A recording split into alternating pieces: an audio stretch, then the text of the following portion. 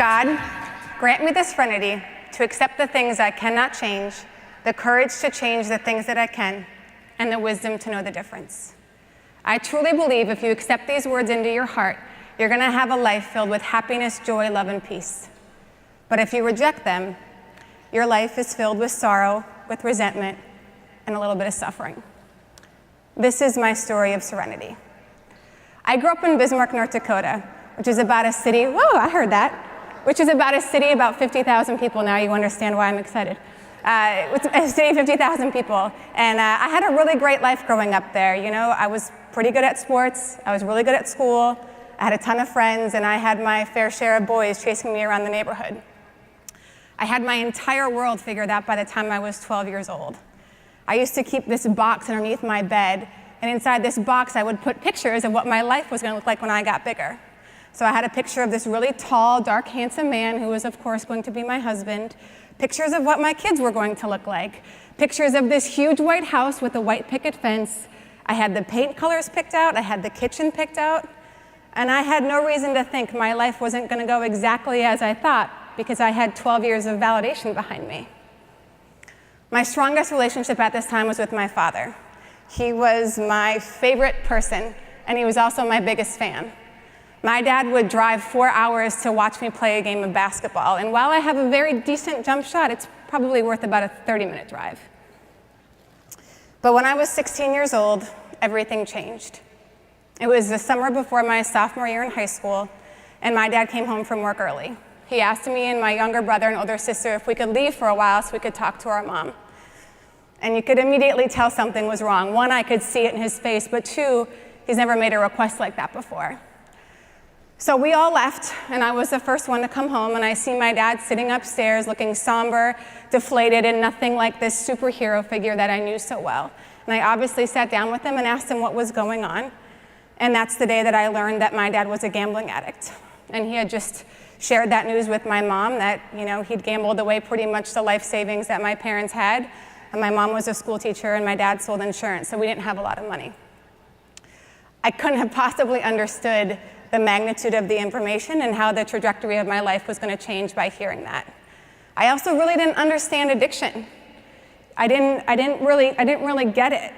And I knew that my dad went through drug and alcohol recovery when I was really little, but I never saw my dad struggle with drugs or alcohol, so it wasn't a reality to me.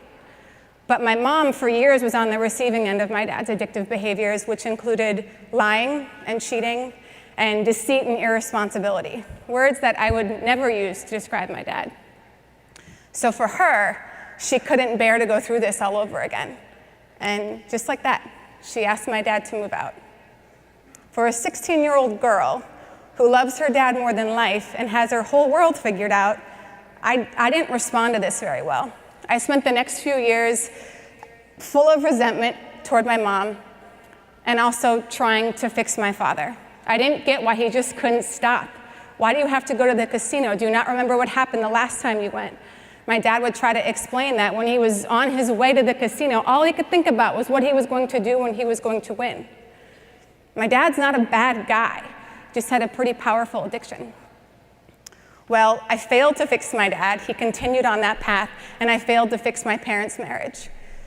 So I needed some sort of control in my life, and I started running. And thankfully and quickly got consumed by all the life lessons that sport teaches you. You know, when you're going out for a run, you have no choice but to put one foot in front of the other. You have to take your run 1 mile at a time. You can't get to mile 5 without doing all the 1 through 4 in between. And if you run far enough and you run hard enough, you're going to come across a hill. And when that happens, you have choices to make, right? You can either tell yourself, I've ran far enough, I ran long enough, I'm going to turn around and go that way, or I'm going to go left or right. Those roads look a little easier. Or you can tell yourself, if you're just willing to put in the hard work and make it up the hill, that you have to believe on the other side that there are roads that are smoother and maybe with a little less potholes. So I decided I was going to take that same mentality with my life, and I was going to go get everything that was in my box underneath my bed. So I start moving 1,000,000 miles a minute. I go to college, I graduate early. I go to grad school, I graduate early. I find myself in Philadelphia when I was 24 years old, completely lost. I had been so fixated on getting toward this place in life where I was going to be happy that I lost myself along the way. And for the next 2 years, I started to feel like I don't actually think I want to get married. And I don't think I want to have kids, and I really don't want to live in some big white house in the suburbs.